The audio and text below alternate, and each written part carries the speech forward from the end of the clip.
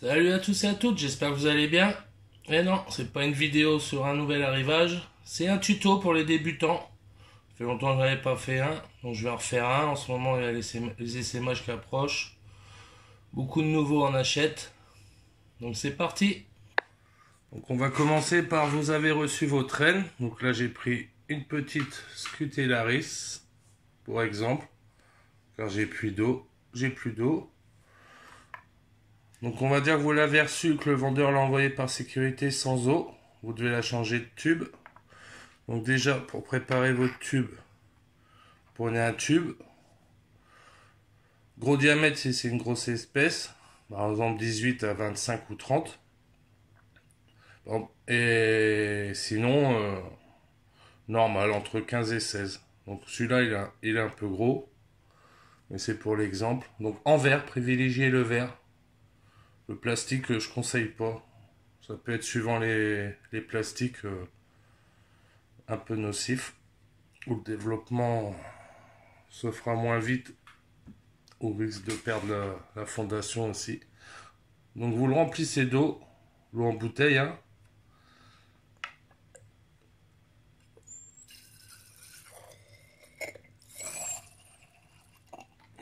Donc moi à peu près 2 quarts. Vous prenez votre coton. Que vous mettez. Donc quand même tasser hein, pour pas que l'eau passe. Voilà. Ensuite, vous l'enfoncez.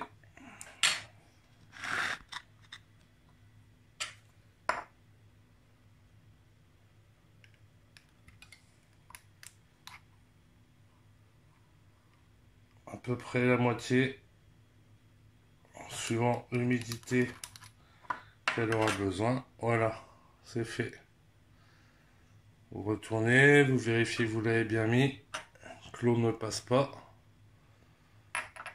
Donc ensuite, pour transférer vos traînes,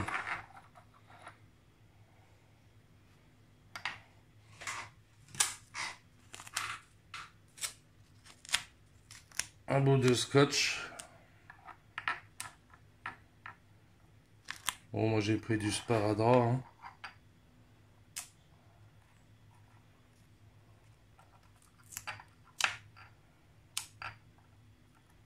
Hop. Vous reliez les deux. Le mieux, un petit cache rouge ici. Que vous pouvez faire avec des feuilles de protège-cahier, là. Vous achetez Action, par exemple, hein, n'importe où. Rouge. Le mieux, moi, j'utilise de l'alu. Et au calme, vous attendez qu'elle se transfère d'elle-même.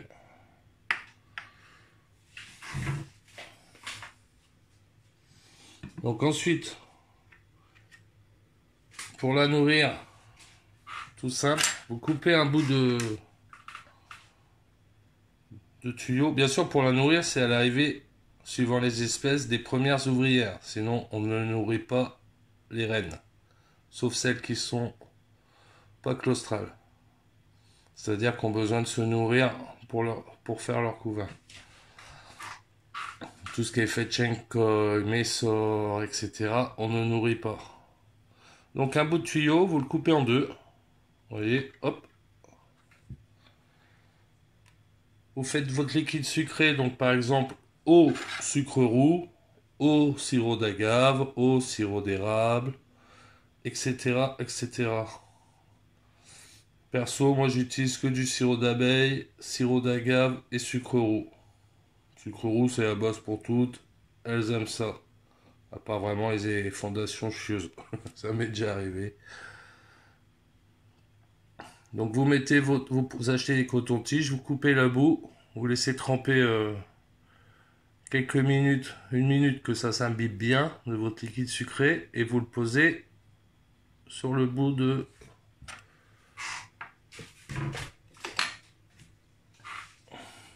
tuyau coupé et vous introduisez à votre fondation. Bien sûr qu'il y a ses ouvrières, hein, je répète. Vous pouvez nourrir quand vous la recevez de cette façon-là le premier jour pour la booster un peu, on va dire. Vous le retirez le lendemain et après vous la laissez tranquille. Suivant les espèces, un bon mois au noir, au calme, sans l'emmerder. Ne la regardez pas tous les jours, surtout si c'est une Messor. On conseille aux débutants les Messor, mais ça stresse beaucoup. Donc le secret c'est la régularité, la propreté, ensuite pour votre aire de chasse, et leur foutre la paix. Ensuite, une fois que vous avez ça, vous êtes tranquille. À l'arrivée de vos premières ouvrières, par exemple là, ce sont les petites lassus qu'on a vu au début. Vous avez votre tuyau, ça c'est bien développé. Paf, vous fabriquez ou vous achetez. Vous fabriquez, moi j'ai ça que je fabrique, vous voyez, avec 2 tubes, hop. Tout ce qui est tube, tout ça, vous pouvez acheter sur AliExpress. Donc une fois que votre tuyau est plein, vous le reliez à une aire de chasse avec un autre tuyau, toujours un tube sec et un humide. Ensuite, vous aurez besoin d'un abreuvoir pour l'eau. Et pour les gamelles, si vous voulez pas acheter, vous prenez un bouchon de bouteille, vous coupez tout le tour. Voilà, et ça vous fait votre gamelle. Vous posez ensuite du coton, vous posez votre boule de coton, vous découpez une petite boule, vous imbibez de votre liquide sucré, vous posez dedans. Voilà l'exemple type. Une fois que vous aurez vos ouvrières et vous avez fait votre deuxième tube.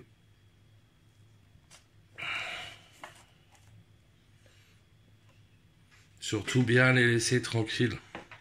Après vous aurez besoin d'une pipette, d'un pinceau, un anti-évasion que vous mettez autour en haut pour quand vous ouvrez pour nettoyer, changer l'eau, donner à manger et qui s'évade pas. Donc moi perso je prends du talc, vous achetez ça en pharmacie, hein, en poudre, et vous pouvez le mélanger à de l'alcool, faire du talcol donc. Mais personnellement moi je le mets en fine couche pure. C'est très efficace. Vous êtes tranquille un petit moment. Ou vous avez l'huile de paraffine Cooper, pareil en pharmacie. Donc ça doit valoir dans les 6-7 euros si ça n'a pas augmenté avec l'inflation. La grosse bouteille, vous êtes tranquille. Hein. Vous voyez, ça fait 2 ans que j'utilise beaucoup plus le talc. Mince.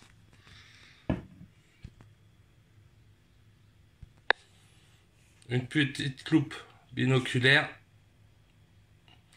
Et ensuite,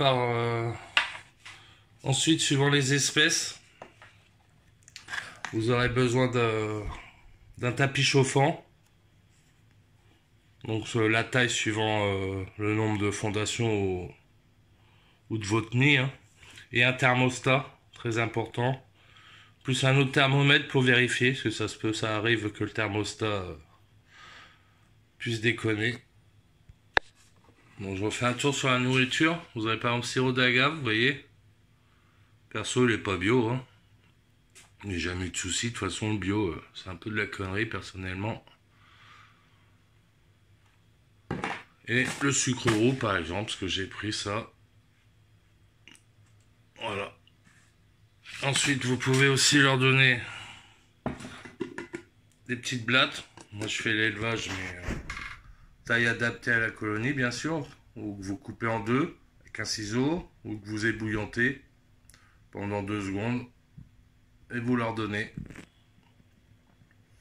Chacun sa méthode. Perso, moi, je préfère le vivant. Et puis, c'est plus marrant, les voit chasser. Pour les mouches, moi, perso, j'achète des petites boîtes d'asticots. Quand j'ai pas le temps, je prends pas sur un gros site. En animalerie, à Leclerc, Intermarché, etc. Vous voyez, ils ont des petits frigos, ils ont des verres de farine, des verres canadiens, des asticots, des pinky. Je prends des pinky blancs. J'ai déjà essayé ceux en couleur, hein, c'est du colorant, donc ça risque rien. Mais je prends le pinky, ça fait des petites mouches, c'est mieux. Et ensuite, je mets ça dans une boîte avec aération et j'attends entre une semaine et 10 jours et ça va vous faire des mouches. Le mieux c'est de mettre ça dans une bouteille d'eau avec aération. Comme ça, quand il y a les mouches, c'est plus facile à en prendre quelques-unes que dans une grosse boîte où c'est un peu galère et que ça s'envole. Heureusement qu'elles volent pas vite, elles sont faciles à rattraper. Donc voilà, après vous avez les verres de farine. C'est très bien, mais moi j'évite parce que ça, c'est un problème à acarien, c'est souvent. Surtout tout ce qui est liquide sucré et protéines, c'est-à-dire verre de farine, blattes, etc. Pas plus de 2 jours. Et l'été, suivant les grosses chaleurs comme moi où j'ai un peu plus de 30 dans l'appartement, c'est même une journée les protéines, j'ai mis le matin, j'enlève le soir. Trop peur des acariens, j'en ai déjà eu. Donc si vous avez un souci par la suite avec les acariens, il faut vous acheter du taurus. Donc vous trouvez ça sur des sites spécialisés ou vétérinaires, hein, comme la compagnie des animaux, etc. Et normalement, ça vous débarrassera de vos acariens. Mais si vous êtes consciencieux et propre et la nourriture pas plus de 2 jours, vous n'en aurez pas. Donc pensez à ça aussi quand vous recevez votre fondation, de vérifier qu'il n'y a pas d'acariens.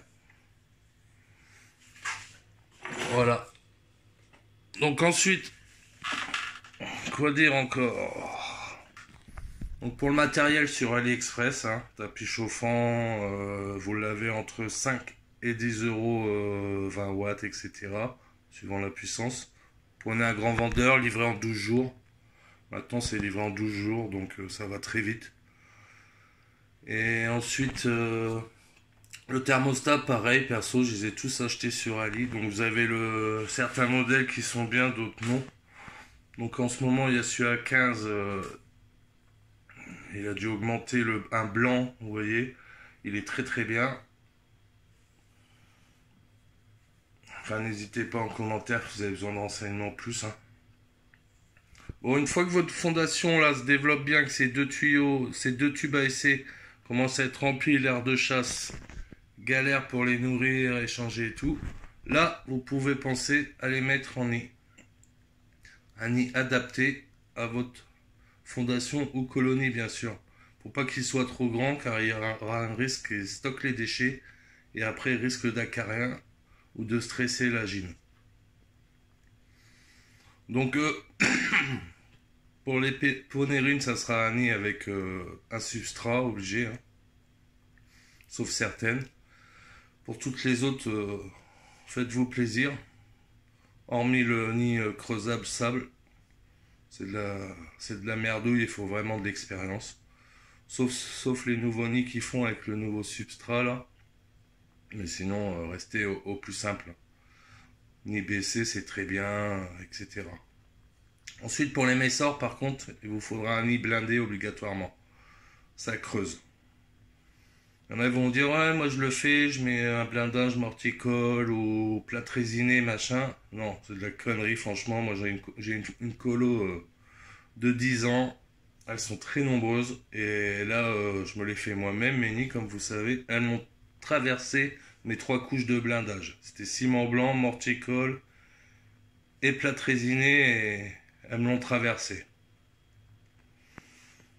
Donc privilégiez les nids pierres reconstitués et les vrais. Donc en marchant, je fais pas de pub, mais sinon vous avez été informé. Hein, si vous ne savez pas le faire vous-même, la pierre reconstituée. Parce qu'il y en a plein qui vous en vendent. Ni pierre reconstituée, mais c'est des pseudo-recettes. Donc méfiez-vous. Après, sinon, vous avez Jérôme Philippard, mais j'ai pas encore testé. Qui fait aussi les nids en pierre reconstituée. Pour tout ce qui est matériel, donc vous avez Ali. Pour tube à essai, tapis, thermostat et tout, comme on disait. Ensuite, pour tout ce qui est petit nid 3D, si vous aimez ça, abreuvoir, très fiable, vous avez Antworld Shop. Et pour vos fourmis, bah, vous savez où les acheter, hein, sur le Discord, sur les forums, sur Entente Co, Entente Top, Best Ant, etc., etc. Vous avez Antcheck Info, c'est qui regroupe tous les shops des pays, et ça vous permet de voir toutes les espèces qui existent, entre autres, parce qu'il n'y a pas tout, mais c'est énorme. Après voilà, quoi dire d'autre? Je pense qu'on a fait le tour. Un exemple du thermostat là son éteint parce que je suis déjà à 28 chez moi. Pourtant je suis du nord. Je suis sous les combles. Donc le thermostat que vous trouverez sur Ali, il était à entre 10 et 15. Maintenant il a un peu augmenté. Il y a un nouveau modèle, j'attends de le recevoir. Les tapis chauffants. Surtout le thermostat c'est important. Hein. Si vous prenez un tapis chauffant et puis vous pouvez coller la sonde. Et le mieux c'est de mettre dans un tube à essai que vous posez la sonde dans un tube à essai que vous posez sur votre tapis. Comme ça vous savez la température exacte de votre fondation. Voilà. Petit tour vite fait d'une de mes étagères. Et les cru-crus. Les pseudo-haritans.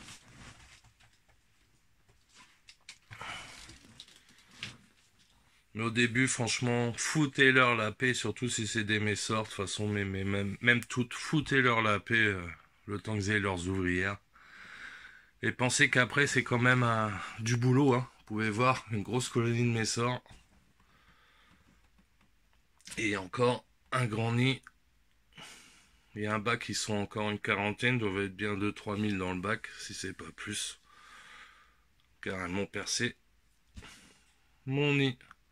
Donc après, vous voyez, c'est du boulot. Hein. Toutes les semaines, faut nettoyer, faut les nourrir. Donc pensez à ça aussi, vos colonies se développeront. Hein. Si vraiment c'est une passion que vous restez dedans, faut penser à ça. L'achat de nid, si vous n'êtes pas bricoleur, revient cher de matériel. Ça peut aller très vite. Après, quoi dire en conseil? Perso, les Messors, les Nicobarensis, il y en a qui prennent des polygines. Moi, je conseille pas. Hein. Une seule, ça suffit. Surtout chez Nico, ça va ultra vite. Il n'y a pas besoin. Voilà, ah oui, les graines pour les Messors. Je vous conseille au début de votre fondation des toutes petites graines, car elles n'ont pas encore de major. Donc là, vous avez des graines de pavot. Pour une fois, j'ai pris du bio. Des graines de pavot, vous prenez des petites graines de chia et des graines de pissenlit. Donc moi là en ce moment vous pouvez les récolter, il y en a plein. Vous prenez, vous savez les fleurs, les grandes tiges avec les poils blancs que vous soufflez là quand vous étiez petit. Bah, vous prenez ça, vous les mettez dans une boîte, un coup de briquet, vous récupérez les graines ou au chinois, vous secouez et il restera que les graines. Et ça, elles adorent, c'est petit, ça leur convient très bien pour le début. Mais elles adorent ces graines-là. Pour les ponérines, ça sera un tube à essai pareil, mais avec un substrat. Vous voyez, là, par exemple, c'est une Ictonomyrmex. J'ai reçu il n'y a pas longtemps, encore une, ouais, j'adore cette espèce.